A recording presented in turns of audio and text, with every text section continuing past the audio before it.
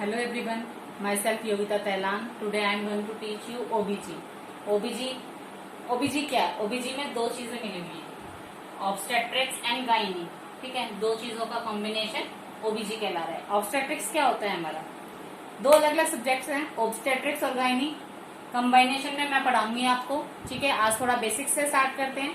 पहले टर्मिनोलॉजी और कुछ बिल्कुल थोड़ा सा बेसिक टच करवाती हूँ. ठीक है, धीरे धीरे स्टेप बाय स्टेप बढ़ेंगे आगे, चैप्टर वाइज चैप्टर. ठीक है, नेक्स्ट वीडियो के साथ जुड़े ना.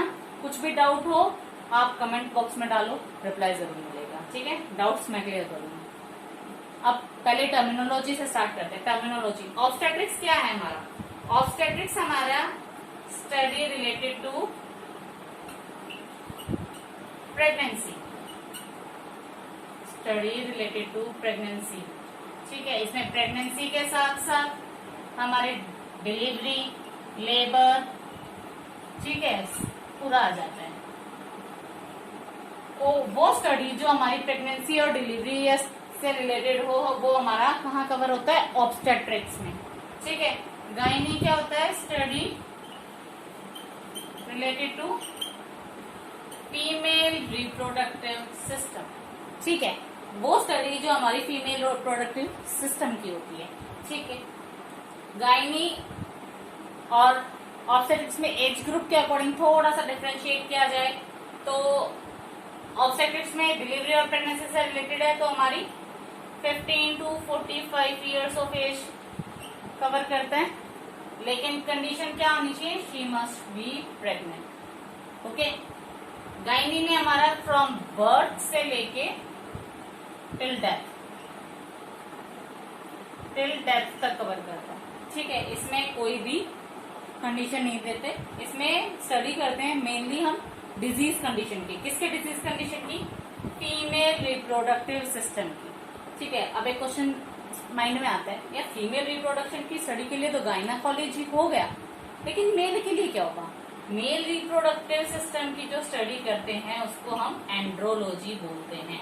हर कोई नहीं बताएगा ये. ठीक है, उसको हम एंड्रोलॉजी बोलते हैं. फीमेल का गायनाकोलॉजी,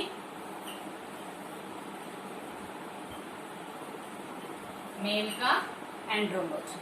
ठीक है, अब बात आती है रिप्रोडक्शन की. रिप्रोडक्शन क्या होता है? Process by which a fully developed offsprings, जिसमें डेवलप मतलब वो प्रोसेस जिसमें उसी किस्म का उसी का बच्चा हमारा पैदा हो. रिप्रोडक्शन प्रोसेस है जिसके थ्रू हम बेबीज पैदा करते हैं.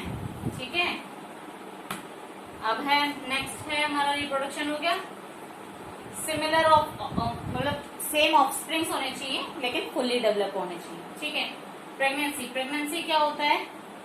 From the day one two conceive करने के बाद जब तक डिलीवरी नहीं हो जाती, फर्स्ट डे से टिल डिलीवरी, जो मदर अपने फीटस को अपने यूट्रस के अंदर रखती है. ठीक है, फीटस को कहाँ रखते हैं? यूट्रस में. फीटस को कैरी करती है यूट्रस में फ्रॉम द फर्स्ट डे से टिल डिलीवरी तक. उसको हम क्या कौन सी स्टेज बोलेंगे? प्रेगनेंसी बोलेंगे. ठीक है, अब ग्रेविडा क्या होता है? ग्रेविडा मीन्स कितनी बार वो प्रेग्नेंट हुई. Is a state of pregnancy in respect of its duration. मतलब ये हमारा टिल डिलीवरी तक है, इसमें ड्यूरेशन नहीं है, चाहे वो 10 दिन, चाहे 15 दिन, चाहे 1 हफ्ता, चाहे 4 दिन. If she gets pregnant means it's the gravida. ठीक है, जितनी बार प्रेग्नेंट रही ग्रेविडा का नंबर बढ़ता चला जाएगा. ये मत देखो कि उसकी डिलीवरी हुई नहीं हुई, उसका बच्चा जिंदा है नहीं है, नहीं, उससे हमें कोई मतलब नहीं. उसके कंसीव करने से मतलब है कितनी बार उसने कंसीव किया, मतलब कौन सा उसका ग्रेविडा है. ठीक है, एक टर्म आती है पैरा के अंदर. ये पैरा के अंदर होता है कि कितनी बार उसने डिलीवर किया बेबी को. ठीक है, बेबी मस्ट बी डिलीवर्ड, तो कितनी बार डिलीवर किया वो हमारा पैरा में काउंट होगा. अब नेक्स्ट टर्म है हमारी मल्टी पैरा मीन्स टर्म से ही पता लग रहा है, मल्टी एंड पैरा, बहुत बार बच्चे पैदा किए, मोर देन 1. ठीक है, एक से ज्यादा बार डिलीवर करना मल्टी पैरा हो गया. नेक्स्ट है नल्लीपेरा। नल्ली मीन्स नल, नल मीन्स जीरो, जीरो जिसने एक भी बच्चा पैदा अभी तक नहीं किया हो वो नल्लीपेरा हो जाएगी। ठीक है, नेक्स्ट है प्राइमी ग्रेविडा। प्राइमी टर्म से पता लग रहा है प्राइमी क्या होता है?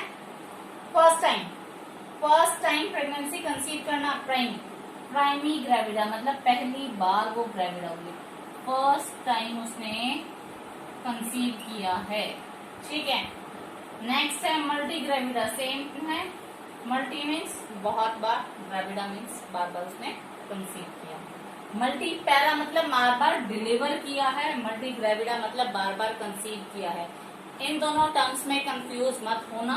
ठीक है, कहीं multi para is similar to multi gravida, no, these are both different terms. ठीक है, multi para more than one delivery, multi gravida more than one pregnancy conceive.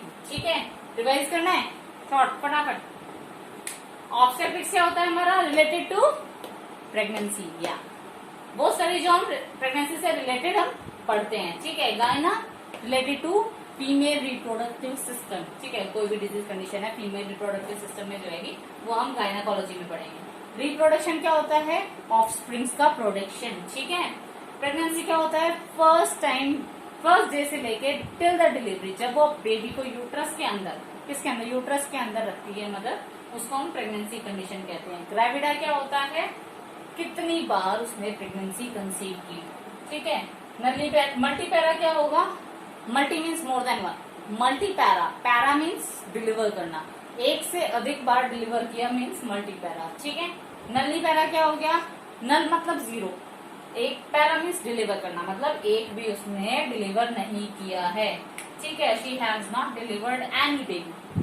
Now primi gravida. Primi मतलब first, first time उसने conceive किया है। Multi gravida मतलब बहुत बार वो conceive कर चुकी है, irrespective of delivery, irrespective of live baby. Multi gravida means कितनी बार कंसीव किया। ठीक है, ओके। इसमें कुछ डाउट हो तो कमेंट्स में जरूर डालना। ठीक है, टाइम से टाइम चलती रहेगी क्लासेस। चलो अब कंटिन्यू करते हैं थोड़ा सा बेसिक से। बेसिक मेल रिप्रोडक्टिव सिस्टम और female reproductive system. Female reproductive system, male. आज बिल्कुल स्टार्टिंग से बेसिक जिसका फंडामेंटल है वहां से शुरुआत करते हैं, डीप में नहीं जाएंगे, सुपरफिशियल पढ़ेंगे, एक एक पॉइंट क्लियर करते जाएंगे। ठीक है, इतना कंफ्यूजिंग नहीं होगा कि समझे ना, टू द पॉइंट चलेंगे, धीरे धीरे धीरे धीरे आगे बढ़ेंगे। ठीक है, छोटा छोटा कवर करूंगी ताकि इजीली समझ आए। अब हमारा फीमेल रिप्रोडक्टिव सिस्टम का हमारा बेसिक और फंडामेंटल स्ट्रक्चर क्या होता है? बेसिक या फिर फंडामेंटल स्ट्रक्चर किसको कहते हैं? ओवरी को कहते हैं। और मेल का फंडामेंटल स्ट्रक्चर हम किसको बोलते हैं?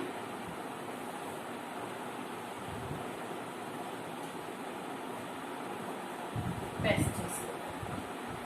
ठीक है, बेसिक जो हमारा बेसिक या फंडामेंटल जो स्ट्रक्चर हुआ वो फीमेल का हमारा हुआ ओवरी, मेल का हुआ टेस्टिस। ठीक है, ओवरी से क्या रिलीज होता है? ईस्ट्रोजन। ओवरी से क्या रिलीज होता है? Estrogen hormone.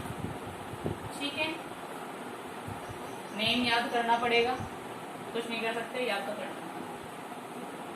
टेस्टिस से टेस्टोस्टेरोन हार्मोन।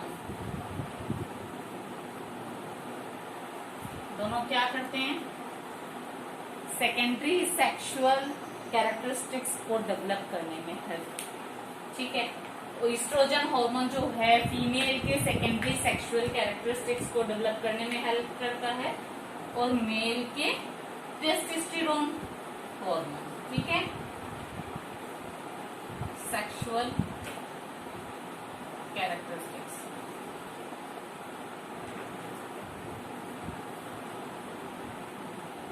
डेवलप करने में हेल्प करेगा। ठीक है, अब ओवरी एक और चीज करती है। ओवरी जो है हमारा फॉर्मेशन करती है फीमेल गैमेट का। ठीक है, ओवरी का काम फॉर्मेशन ऑफ फीमेल गैमेट भी है, सेम टेस्टिस का काम formation of male gamete.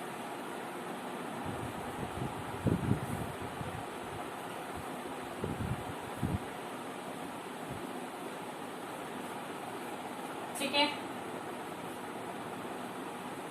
Formation of female gamete किसके थ्रू होता है? ओवरी के through. Formation of male gamete होता है टेस्टिस के थ्रू। अब हम बोल तो रहे फॉर्मेशन ऑफ फीमेल गैमेट, पर होता क्या फीमेल गैमेट? फीमेल गैमेट होता है हमारा ओवम। ठीक है, एग रिलीज होता है ओवरी से, उसको हम ओवम बोलते हैं। वो क्या है हमारा? Female gamete. ओवरी ने एग रिलीज किया, ओवम। ठीक है, टेस्टिस से स्पर्म, बिल्कुल ठीक। स्पर्म जो हमारा फीमेल गैमेट है वो स्पर्म बनेगा। अब जो हमारा ओवम बन रहा है वो कौन से प्रोसेस के थ्रू बन रहा है? जो हमारा एग रिलीज हो रहा है, जिससे हमारा ओवम निकल रहा है, उस प्रोसेस को बोलते हैं हम oogenesis। ठीक है, oogenesis, ओवरी ओवम, oogenesis, ऊ से ऊ। ठीक है, सेम टेस्टोस्टेरोन है, टेस्टिस है, तो स्पर्म रिलीज हुआ, तो इस प्रोसेस को क्या बोलेंगे? स्पर्मेटोजेनेसिस। ठीक है, spermatogenesis, spermatogenesis, formation of sperm through spermatogenesis. Ovum का स्पर्म, इसका ओवम का oogenesis, स्पर्म का स्पर्मेटोजेनेसिस। अब जो ये प्रोसेस हुआ है, ये कौन सा, मतलब जो फॉर्मेशन होगा वो कौन से सेल से होगा? ओवम जो है सिंगल सेल एग, तो हम उसको बोलेंगे हैप्लोइड सेल्स। क्या बोलेंगे? Haploid cells. ठीक है, सेम स्पर्म का भी हैप्लोइड सेल्स। स्पर्मेटोजेनेसिस से स्पर्म जो होगा वो फॉर्मेशन किसके थ्रू होगा? स्पर्मेटोजेनेसिस के। ठीक है, हैप्लोइड सेल्स। हैप्लोइड सेल्स में कितने क्रोमोसोम्स होते हैं? 23 क्रोमोसोम्स।